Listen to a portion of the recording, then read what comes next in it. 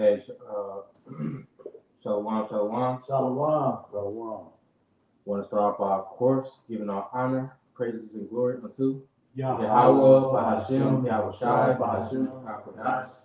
That one to the elder apostles, great millstone, rule well, teach well. Kazak Shalom, to you, brothers. This was you sisters tuning in, listening, and learning. And, just getting right into it, chastisement, man. Once you come into this truth, it's something that you're going to deal with, what I'm saying, what the scripture say in the Ecclesiastes, when you come to the house of the Lord, prepare thy soul. You know what I'm saying? So when you come to the truth, the Lord is going to chastise you, man. But you can't fold. You got to continue to endure. The scripture say that he endured to the end shall be saved, man. So we're going to get right to some precepts. This is Proverbs 3:11. My son, despise not the chastening of the Lord, neither be weary of his correction. For whom the Lord loveth, he correcteth, even as a father the son in whom he delighteth. Time. So the chastisement is in order for you to get right, man. Because if you're not disciplining your children, all right, what's going to take place? All right, chaos. Kids out here, doing what they want to do. Disrespecting their parents, so forth and so on. And and Esau, all right, being the devil that he is, all right, he sanctioned that you are not allowed to hit your kids, all right? And this is all an effort, all right, to for traps and snares, man, to for Esau to capitalize upon our people, man. But the Lord loveth those who respond to his correction, man, and get right, man, because that's what it's about, man. Because once you get corrected, man, you're able to to be at one with Yahweh Shai, if you will. And I'm gonna You give read you that one more time? yeah, kind of says, I want to get in the NLT too. I'm going to read it again. Proverbs 3:11, my son, despise not the chastening of the Lord, neither be weary of his correction. All right, chastening is an affliction. All right, matter of fact, I got the etymology for this real quick. Chastisement, pain and suffering of, inflicted for punishment and correction. All right, that's what the chastisement goes into. It says, my son, despise not the chastening of the Lord, neither be weary of his correction, for whom the Lord loveth, he correcteth, even as a father the son in whom he delighteth. All right, let me get this in NLT. Proverbs 3:11. My child, don't reject the Lord's discipline, and don't be upset when he corrects you. For the Lord corrects those he loves, just as a father corrects a child in whom he delights. Right. This is a father corrects a child in whom he has favor upon, man. Because it's not just like you're going through shit and the Lord hates you or something just because you're going through it. No, the Lord is chastising us, men, so that we can, and that's keeping us in those guidelines, man. Because when you're whooping your son, what is it doing? You're not just whooping your son out of anger because you're just frustrated. No, you're whooping your son for a specific purpose of something that he did wrong, or because you want him to stay on a specific guideline and keep him in the right track, man. You know, This is Sirach, Ecclesiasticus 30:1. He that loveth his son causes him oft to feel the rod, that he may have joy of him in the end. He that chasteneth his son shall have joy in him, and shall rejoice of him among his acquaintances. Acquaintance. It says 3. He that teacheth his son grieveth the enemy, and before his friends he shall rejoice of him. Though his father died, yet he is as though he were not dead. For he hath left one behind him that is like himself. Right, and the Lord left his elect, after what happened during the Roman Empire, what I'm saying, with him chastising Yahushua for the sake of, bringing Israel back into the fold, what's left now? Because Yahushua ain't coming back on the scene until, he fulfilled that last prophecy, deliver his elect. So now you just got the elect, that's coming instead of Yahushua. The scripture say that in the book of 1 Peter, be ye like-minded as Yahushua, man. You know, this is we got something. I do got some. This Sirach 32:14. Whoso feareth the Lord will receive his discipline, and they that seek him early shall find favor. Mm. So, right, so, hey, the Lord's discipline is that chastisement, man. Hey, because scripture's going to how, he chastises as sons, man. We are sons of the living power, man. Baruch 3 and 8 say what? That we are yet this day in our captivity for a curse, man. If you fear the Lord, you're supposed to receive the discipline that the Lord put upon you, man. Because at the end of the day, that shows that the Lord dealing with you when He chastises you instead of just letting you do whatever, man. And if He dealing with you, guess what? You gonna find favor in His sight when you in trouble, man. Right. Just like if you can have a literal child, a literal child, and you would chastise them, but they friends, but you ain't chastising them, but you don't care about them. Right. You care about what your particular child doing, man.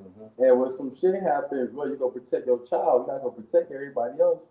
That's why scriptures go into what Amos talk about. Ye have I only known out of all the families of the earth, if I judge you for your iniquities, man. And on this side, the Lord only knows the elect. So what he gonna do? He gonna chastise his elect. He's gonna plead with his elect. I got one. This Proverbs 13:24. He that spareth his rod hateth his son, but he that loveth him chasteneth him betimes. And let me get this in the NLT. This is the one I really wanted. Right, so if you got a son out there and you don't chastise him, it's good to say that you hate him there, because you'll let him do whatever. You'll let him run into a brick wall, you let him jump off a cliff. You don't care about your son, because if you did, you will chastise him. And in this generation, you got the ABC games going on where it's just all up on the TV and the cartoons, right in front of your children's face, man. Right. And in this society, nobody can take rebuke. You'll cut somebody out about something, they'll get offended. They'll get in their emotions. Or why is you talking to me like that? Because it's a child that's ruling that never got chastised, man. Brad, man. Got everybody else out of order and shit, man. They want the Hebrews. We see kind of grab the Hebrews. All right, while you getting that, I got something. 12. This is what the Psalm said in 94, verse 12. Blessed is the man whom thou chastenest, O Lord, and teachest him out of thy law, that thou mayest give him rest from the days of adversity, until the pit be digged for the wicked. Right, so that wicked man, he ain't never received chastisement from the Father, so he gonna go into the pit. But the Lord is with the chastisement, the Lord is preserving us from, like the brother was basically just saying, like that broad path is going out and doing anything, man. ABC, adultery, it's millions of things that your son can be led astray from the right path too, man. And the Lord is keeping us in that chastisement so that our days of adversity can come to a complete end when it's all said and done, man. This Hebrews 12:4, ye have not yet resisted unto blood stopped against sin, and ye have forgotten the exhortation which speaketh unto you as unto children. Exhortation just goes into charge, man. It says spiritual charge. That's what the Lord has given us when you get a chastisement. It's like a spiritual charge, because it's like, all right, man, I don't want to go through that shit again. Right. What's gonna prevent you from going through the same mistakes? Chastising, man. Yep. It says, my son, despise not the chastening of the Lord, nor faint when thou art rebuked of him. For whom the Lord loveth, he chasteneth, and scourge every son whom he receiveth. Right. So we're supposed to look at chastening the Lord as why this gotta happen to me. It's happening to you because you wicked. You sick against the Lord, man. You brought the chastening upon yourself, man. And you wonder why, you get your ass kicked. Right. Ultimately, the Lord set curses before you, man. So you're not able to do what the hell you want to do. Right. And it's certain things that we gotta publish to the Lord. Like, you ain't gonna have everything that you want. It's if you ain't sacrificing shit, man. It's If, still sacrifice. if you ain't sacrificing nothing for the Lord, why would the Lord give you something, man? Right. So that's why we gotta constantly go through that. Like it's just like playing a video game. You stuck on the same level. Right. Eventually, you gonna level up. You ain't gonna learn new tricks. The repetition is gonna get so repetitive that the chastisement of you not being able to beat that level ain't gonna feel like nothing. You're gonna be able to pass that level like you ain't shit, man. And that's why the scripture talk about that. I will make a man more precious than fine gold, because we're gonna get to the point to where we already don't give a fuck about this kingdom. Us being men of the Lord, knowing that we got a kingdom to come. But it's gonna be like, man, the Lord is gonna boost our spirit right along with the carelessness of this world perishing, man. We done already been through everything with our own women, with our own families, with Esau's work system and all of this other bullshit, living conditions and all this other shit, whatever you're going through in this captivity. So by the time that shit comes, it's just gonna boost our spirit even more, man. It's 7, Hebrews 12:7. If ye endure chastening, Yahweh Shema Shah dealeth with you as with sons.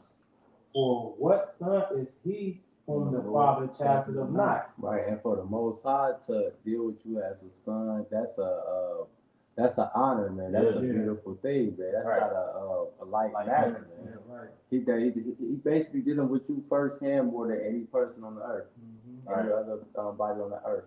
I have said you are God, but you shall die like men. Like the brother said, it's an honorable thing to be called a son of the living power, because we ain't nothing but men. We going through men shit. We going through fucking being under the basement of the earth. That's a man thing, But we sons of Yahweh Shah, man. So that means that he with us in these afflictions. It says 8. But if ye be without chastisement, whereof are ye partakers, then are ye bastards and not sons. Right, and you are not sons, right? Like the brother quoted in Amos chapter 3, a beautiful precept. You only have I known of all the families of the earth. We are the sons of the living power, ain't it? It says, therefore will I punish you for your iniquities. We quoted that.